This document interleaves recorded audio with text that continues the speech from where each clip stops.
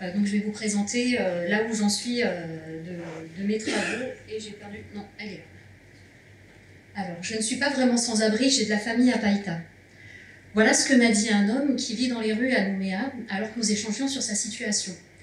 Si je commence mon intervention par les paroles de cet homme, c'est qu'elle vient mettre en lumière un point important de mon travail dans le cadre de la thèse et plus généralement dans le cadre des sciences humaines et sociales. Il s'agit du choix des mots, des concepts ou des catégories qu'on utilise pour faire de la recherche, pour en parler et après pour l'écrire. Ouh là là, ça bouge tout seul, désolée.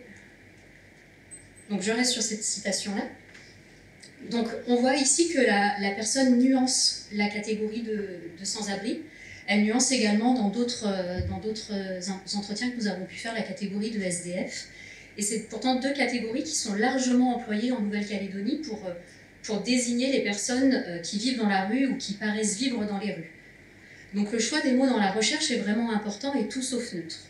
Donc ma recherche, elle vise une meilleure compréhension des processus de précarisation en Nouvelle-Calédonie et je m'intéresse principalement aux personnes qui vivent dans les rues, donc principalement à Nouméa. Donc pour traiter le choix des mots, je vais commencer par traiter du mot précarisation, qui fait partie du titre de mon intervention. Donc précarisation vient de précarité, et si j'ai choisi précarisation plutôt que précarité, c'est pour insister sur la dynamique et le processus plutôt que sur un état figé de dire que les gens sont dans un stade de précarité et ils ne pourraient plus en sortir. Donc dans le langage courant, pauvreté et précarité sont souvent confondus, mais dans mon travail, il est vraiment nécessaire de les distinguer. La pauvreté, c'est avoir peu. En Nouvelle-Calédonie, un seuil de pauvreté est établi et selon ce seuil, un Calédonien sur 5 se trouvait en situation de pauvreté monétaire en 2020. L'ISEE, qui est à l'origine de ces chiffres, parle bien d'une construction statistique qui ne renvoie aucunement à une notion d'exclusion sociale, de marginalisation, de renoncement à ses besoins. C'est vraiment une donnée statistique. Un seuil est établi, il y a des personnes qui sont au-dessus, il y a des personnes qui sont en dessous. A l'inverse, la précarité va renvoyer à la notion d'incertitude ou d'insécurité. Moi, ce qui va m'intéresser, c'est les incertitudes et les insécurités qui sont liées aux réseaux sociaux, aux liens sociaux qu'on peut avoir autour de nous. Donc, comme l'a dit Jean Furtos, alors Jean Furtos, c'est un psychiatre en France et qui est aussi le fondateur de l'Observatoire Santé mentale et précarité, donc en France. Il explique très bien qu'on peut vivre sans précarité dans une société pauvre, même si c'est de moins en moins le cas, et on peut vivre précaire en gagnant bien sa vie. Et c'est vrai que cette distinction est importante en Nouvelle-Calédonie, même si bien entendu, de nombreuses situations de pauvreté peuvent s'accompagner de précarité et vice-versa. D'ailleurs, dans les personnes que je rencontre, certaines personnes vont lier l'absence de moyens financiers à une rupture des relations familiales. Elles peuvent donner l'exemple d'être hébergées chez de la famille ou des amis, et lorsqu'elles ne vont pas pouvoir participer financièrement aux frais liés au logement, on va leur demander de quitter les lieux, et à ce moment-là, ça peut fragiliser les réseaux et les relations qu'on avait avec ces personnes. Pour autant, de nombreuses personnes en Nouvelle-Calédonie qui vivent sous le seuil de pauvreté ne sont pas dans des situations de précarité. Elles sont très bien insérées dans leur réseau, et on pourrait dire qu'elles sont en situation de sécurité sociale. Par contre, pour les personnes qui vivent dans la rue, elles paraissent être dans des processus justement de fragilisation, en tout cas au niveau des solidarités qu'elles pourraient mobiliser, elles sont dans des difficultés. Donc là, on va pouvoir parler de précarisation. Par contre, là encore, il faut s'interroger sur les mots. On emploie beaucoup les termes de SDF et de sans-abri, mais finalement, sait-on vraiment de qui on parle?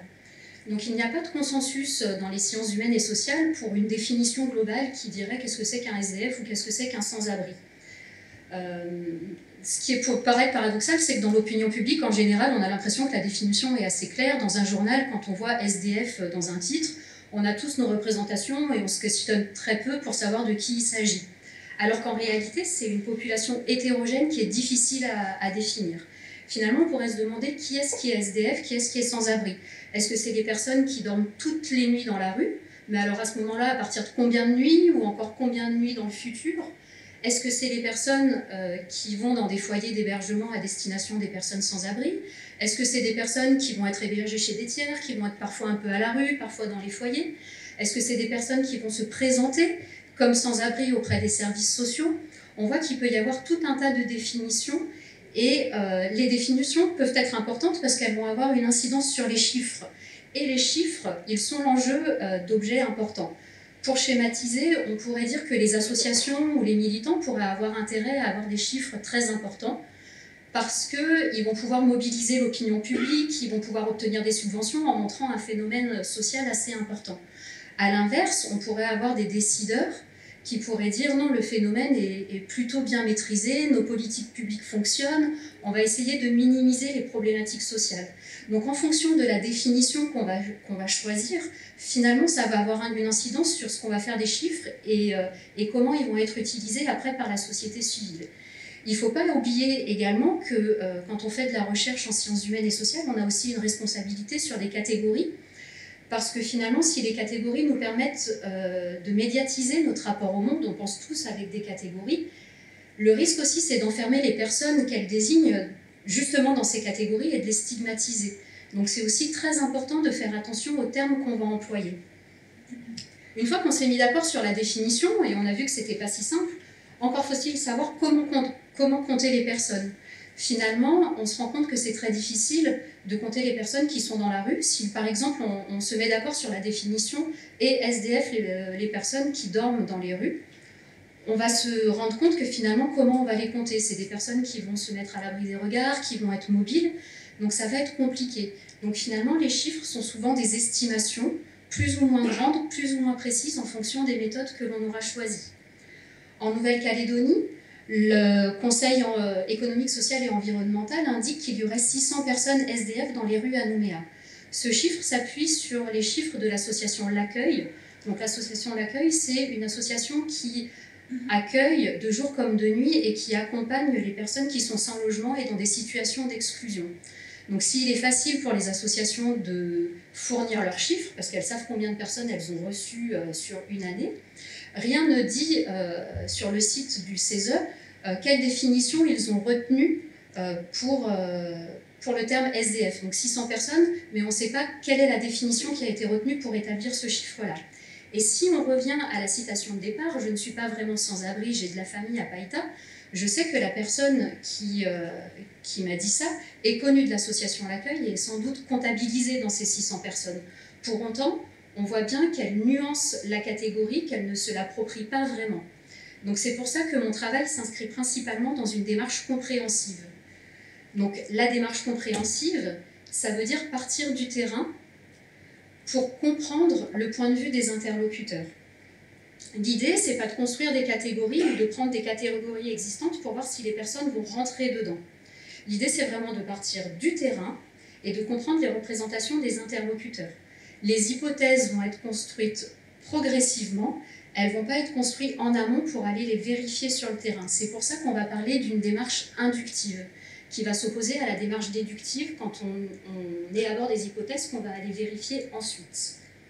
Donc comme le dit Laplantine, qui est un anthropologue, donc dans l'extrait que je vous ai mis, il s'agit de chercher à faire advenir avec les autres, donc dans le cadre de ma recherche, les autres, donc c'est les personnes sans abri, ce qu'on ne pense pas, plutôt que de vérifier sur les autres ce qu'on pense. Donc ça, c'est vraiment cette démarche compréhensive qui est importante, et l'idée est vraiment de partir du terrain. Donc mon travail de terrain est en cours. Pour l'instant, je rencontre des personnes dans la rue que j'ai repérées comme potentiellement vivant dans les rues. Donc j'ai fait beaucoup d'observations, je fais des entretiens. Lorsque c'est possible, j'enregistre les entretiens pour les retranscrire, sinon je prends des notes, soit en cours d'entretien, soit après, pour ensuite avoir un corpus. Donc si, encore une fois, on revient à ma citation initiale, donc la personne, on voit qu'elle nuance la catégorie. Mais les catégories peuvent être mobilisées par les personnes qu'elles concernent, notamment auprès des services sociaux, par exemple. Mais dans le cadre de mes entretiens, elles sont pratiquement systématiquement nuancées. Une autre personne m'a dit, par exemple, je suis SDF géographiquement à Nouméa, mais à Kawa, je suis chez moi, je ne suis pas SDF. Donc on voit ici que la personne, elle va mobiliser l'opposition ville-brousse, monde urbain, monde coutumier. Donc c'est pour ça que c'est vraiment important de partir du terrain, et on voit comment le terrain va pouvoir aider le chercheur à repenser les concepts qu'il mobilise dans sa recherche. Donc si le travail avec les personnes qui vivent dans la rue, il est vraiment central dans ma recherche, il y a vraiment un travail de contextualisation à faire également. Parce que finalement, si je devais m'appuyer que sur les paroles, les récits des personnes que je rencontre, le risque serait de penser qu'elles portent seules la responsabilité de leur situation. alors que finalement, les situations singulières, les parcours individuels s'enchâssent toujours dans des contextes beaucoup plus globaux. Donc, parallèlement aux observations et au travail de terrain, j'ai entrepris un travail un peu plus historique pour retracer dans les grandes lignes l'histoire de l'exclusion sociale en Nouvelle-Calédonie. Cette contextualisation historique, elle est nécessaire afin de mieux comprendre les situations actuelles et les réponses sociales qui y sont apportées également. Mais il faut aussi tenir compte du contexte économique et du contexte géographique qui sont propres à la Nouvelle-Calédonie. On peut repenser à cette personne qui distinguait sa situation à Kawa et sa situation à Nouméa. Ça, c'est des situations qui sont typiques à la Nouvelle-Calédonie. Et donc, on voit bien ici que le travail bibliographique, le travail aux archives, donc un travail plus de bureau, si on pourrait dire, et le travail de terrain vont vraiment se compléter dans la recherche pour mieux comprendre les situations vécues par les personnes. Voilà. Je vous remercie de votre attention.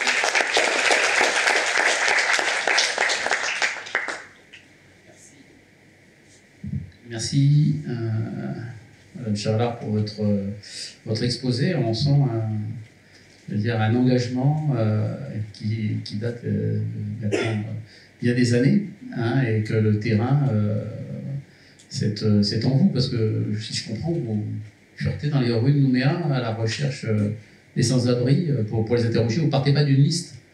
Non, alors l'idée c'est vraiment... Alors pour l'instant, je pars dans la rue à la rencontre des gens.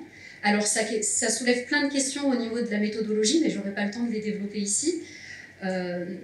Mon choix était de partir d'abord de la rue pour ne pas inscrire les gens d'emblée comme bénéficiaires d'une aide sociale. C'est vraiment de voir, parce qu'il y a des personnes qui sont dans les rues et qui ne vont pas solliciter les services sociaux. Et si j'étais passée par les services sociaux, finalement, je n'aurais pas forcément eu accès à ces personnes-là. Donc c'était important pour moi de débuter avec les personnes directement dans la rue. Alors ça ne va pas sans difficulté, forcément. Dans un deuxième temps, j'irai voir les institutions et les associations que je connais bien pour y avoir travaillé. Mais c'est vrai que dans la première année, voire la première année et demie de ma thèse, c'était vraiment important pour moi d'aller voir les personnes directement dans leur espace à elles, finalement, parce qu'on se rend compte aussi que les discours ils sont calibrés en fonction des lieux où on les énonce, et les personnes ne vont pas raconter les mêmes choses quand elles sont dans la rue, ou si elles sont dans un lieu d'accueil. Forcément, ça va changer la teneur et le contenu du discours. D'accord, juste une petite question. Ma collègue va me dire que je fais des sciences exactes, mais sur quel échantillon, on va dire, se basent vos travaux? C'est quoi? C'est une dizaine de personnes? C'est une centaine de personnes? Alors, je ne peux pas vous répondre. En fait, il n'y a pas d'échantillon. Comme je vous le disais, on part du terrain, en fait. Donc, je suis aussi dépendante des personnes qui vont accepter d'échanger avec moi, des personnes qui... en plus, je mène différents types d'entretiens, dans le sens où il y a des personnes qui vont être d'accord pour qu'on se revoie plusieurs fois, où on va vraiment travailler sur leur biographie, sur leur parcours plus général, et des personnes avec qui je vais avoir des interventions ou des interactions bien plus furtives. Donc déjà, il y a plusieurs types déjà de rencontres et d'interactions dans le cadre de la recherche. Ensuite, comme je le disais, comme je pars du terrain, je pourrais vous dire combien j'ai rencontré de personnes à la fin de mon travail finalement.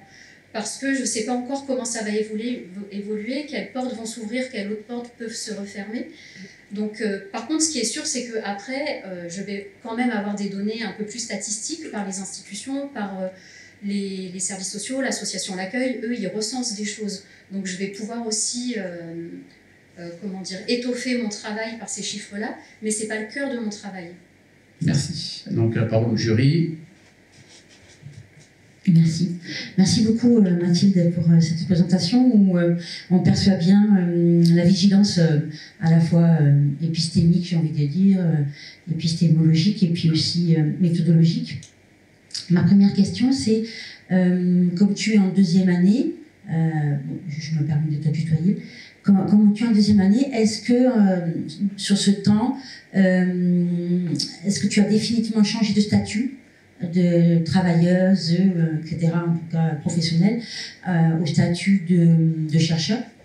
Et puis la deuxième question, comment tu expliquerais en quelques mots les enjeux de ta thèse, puisque tu passes donc, tu changes de statut, Voilà. Est-ce qu'il y a un retour ensuite, justement, que tu envisages du point de vue des acteurs dans le champ social avec ce travail, dans une démarche donc compréhensive? Alors c'est vrai que, petite parenthèse à Jean-Marc, lui il est dans une posture positiviste, nous on est dans une démarche compréhensive, et donc on ne pense pas de la même façon, il n'y a pas forcément la question du protocole ou l'importance du nombre de personnes pour pouvoir produire des savoirs. Merci Mathilde pour cette présentation. On a déjà échangé ensemble autour de l'éthique et de l'ontologie dans la recherche. C'est un projet, enfin c'est une thèse, puis par ton passé professionnel vraiment à impact, puis tu es très impliqué. Il y a un aspect que tu n'abordes pas, mais tu as, je pense, en parler. On a connu le 13 mai depuis, et les notions de précarisation, je pense, sont dans la tête de beaucoup de monde en ce moment. Qu'est-ce que tu penses percevoir de l'impact finalement de la situation économique que l'on vit, ne serait-ce que sur ton sujet et sur la somme des données que tu as cumulées à ce jour? Est-ce qu'il y a un risque d'obsolescence? Est-ce que ça va nécessiter de complètement repenser ton projet? Enfin, comment tu vois les choses par rapport à ça? Alors, il est encore un peu tôt pour avoir beaucoup de recul sur ce qu'on vient tous de vivre. Par contre, je pense que là, la distinction entre pauvreté et précarité est importante à faire.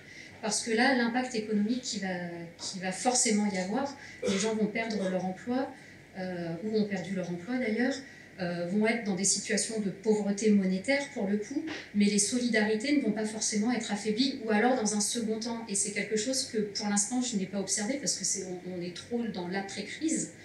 En tout cas, c'est sûr que là, ça a un impact économique, et donc sur la pauvreté. Le 1 Calédonien sur 5 de 2020, sans doute, va être modifié assez rapidement. Pour le coup, je ne suis pas sûre que ça modifie tout de suite les réseaux de solidarité. Au contraire, peut-être que ça va en réactiver d'autres. Donc pour les personnes qui vivent dans les rues, en tout cas qui vivaient avant et qui sont toujours actuellement, pour l'instant, ça n'a pas beaucoup changé, si ce n'est des fois des appréhensions sur nos origines respectives et sur où ils vont se demander ce que je viens faire là et pourquoi, qu'est-ce que moi je veux, la Française de France qui débarque ici. Donc ça a pu créer un petit peu je suis désolée, j'emploie des termes qu'il faudrait bien plus expliquer, mais des replis identitaires qui peuvent peut-être avoir des impacts sur la recherche, mais sur vraiment les phénomènes de précarisation, pour l'instant, je ne les ai pas observés. Et encore une fois, je pense que ça prendra du temps, parce que la pauvreté n'entraîne pas tout de suite de la précarisation, et des fois, elle n'en entraîne jamais. Très bien. Et moi, j'ai peut-être une... Alors, ma question rejoignait un peu celle de Christophe, donc c'est bien, ça ne m'en laisse plus qu'une. C'est la question des recherches en archives que vous évoquez, et notamment sur donc, des processus de précarisation qu'on peut identifier, de précarité, ou des états de précarité qu'on a pu identifier par le passé, etc. Alors, à ma connaissance, d'une part, il y a une grande pudeur de la presse et des archives par rapport à cette population invisibilisée là. Donc, effectivement, quand j'y pense comme ça, je ne vois pas effectivement vraiment d'archives en nombre sur le sujet, mais ça rejoint en fait ce que vous dites sur les travaux qui ont été menés en Australie et en Nouvelle-Zélande, où les populations en situation de précarité qu'on a identifiées et sur lesquelles des études existent, c'est effectivement les populations autochtones, en grande partie. Mais en Nouvelle-Calédonie, dans les archives, et dans les documents photographiques, iconographiques, etc., notamment qu'on voit des rues de Nouméa, etc., ce qu'on voit en fait au début du XXe siècle, par exemple, avec des gens qui sont en grande précarité, c'est surtout des libérés du bagne en réalité. Et donc, on ne voit pas de Kanak SDF, alors qu'on voit pas de travailleurs engagés SDF. Ça c'est des choses qui sont rarissimes. Enfin, je sais pas trop s'il y a des sources. Par contre, il y a une population libérée qui est partout. Enfin, la cité des vieux hommes brisés, ça a longtemps, Nouméa a été qualifiée comme ça. Et donc, on voit des gens avec les cheveux longs, etc., habillés avec des loques, etc. Et alors, du coup, comment est-ce qu'on fait le parallèle ou est-ce qu'il est utile de le faire, finalement, entre les situations actuelles, alors que les groupes sociaux sont en grande partie différents? Alors, voilà. Oui, c'est très intéressant. Et alors, le travail d'archives, c'est vraiment moi dans les grandes lignes. Je ne suis pas historienne et ça serait une thèse à elle toute seule, le vrai travail d'archives. Ce qui est intéressant de voir, c'est que justement, les premiers vagabonds, parce qu'à l'époque, il y avait le délit de vagabondage, c'était des libérés du bagne, finalement. Et ben les Kanaks étaient dans les réserves, donc finalement, il n'y avait pas de mobilité, de réelle mobilité. Et en fait, il y a eu un point de bascule avec la fin du Code de l'indigénat, où les gens sont beaucoup venus à Nouméa, et donc là, ça a pu créer justement des...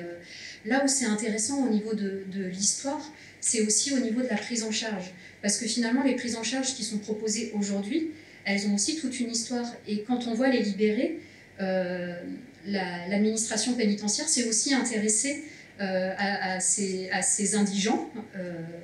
Et donc, on les a mis dans un asile, et il y avait des termes très péjoratifs pour les décrire. C'était assez terrible, hein, ce qu'on disait de ces gens-là. Et finalement, l'histoire de la prise en charge des personnes sans-abri en Nouvelle-Calédonie, elle découle aussi de cette histoire-là. Donc, il y a aussi, alors j'en parlais avec Jean-Marie Ouadrawan, qui est pas là, qui était là ce matin, mais qui n'est pas là, qui m'a d'ailleurs dit de venir vous voir pour qu'on puisse discuter du travail des archives, qui me disait ce qui est aussi intéressant, c'est dans les courriers des Nata, on peut retrouver aussi des personnes qui sont exclues de tribus pour des causes d'alcoolisme notamment, et où la religion va prendre le relais pour accueillir, les religieux, pardon, les missionnaires vont prendre le relais pour accueillir ces gens qui vont être exclus. Et donc l'idée, en fait, je pense qu'il y a toujours un sens à faire des liens historiques, parce que finalement, l'histoire aujourd'hui, elle s'inscrit dans cette continuité. Aujourd'hui, la religion est aussi très présente dans la prise en charge des personnes dites exclues ou marginales. Ça ne s'inscrit pas dans rien, quoi. Ça n'a pas débarqué hier, ça date d'il y a bien longtemps. Donc c'est pour ça qu'il me semble vraiment important de contextualiser toute cette histoire de la prise en charge de l'exclusion, et pour montrer justement, comme vous disiez là quand on parlait de l'Australie, c'est qu'aujourd'hui, par exemple, les aborigènes sont surreprésentés dans les personnes sans domicile en Australie par rapport à la population générale. Si je ne dis pas de bêtises, les aborigènes, ça doit être environ 2% de la population générale, mais ils sont plus de 9% parmi les sans-abri. Donc on voit bien que les peuples autochtones sont surreprésentés parmi les sans-abri. Mais je crois que je parle trop. Il y a trop de questions aussi, ça. D'autres questions? Ah, Eddie.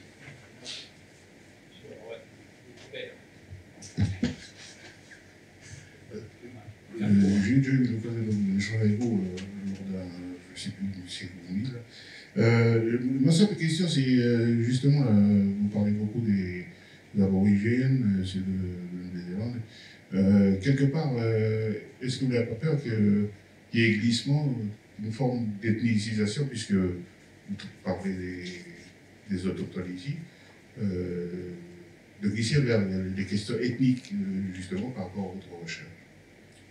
Alors, là, pour l'instant, je m'intéresse à toutes les personnes qui sont dans les rues, donc peu importe l'ethnie.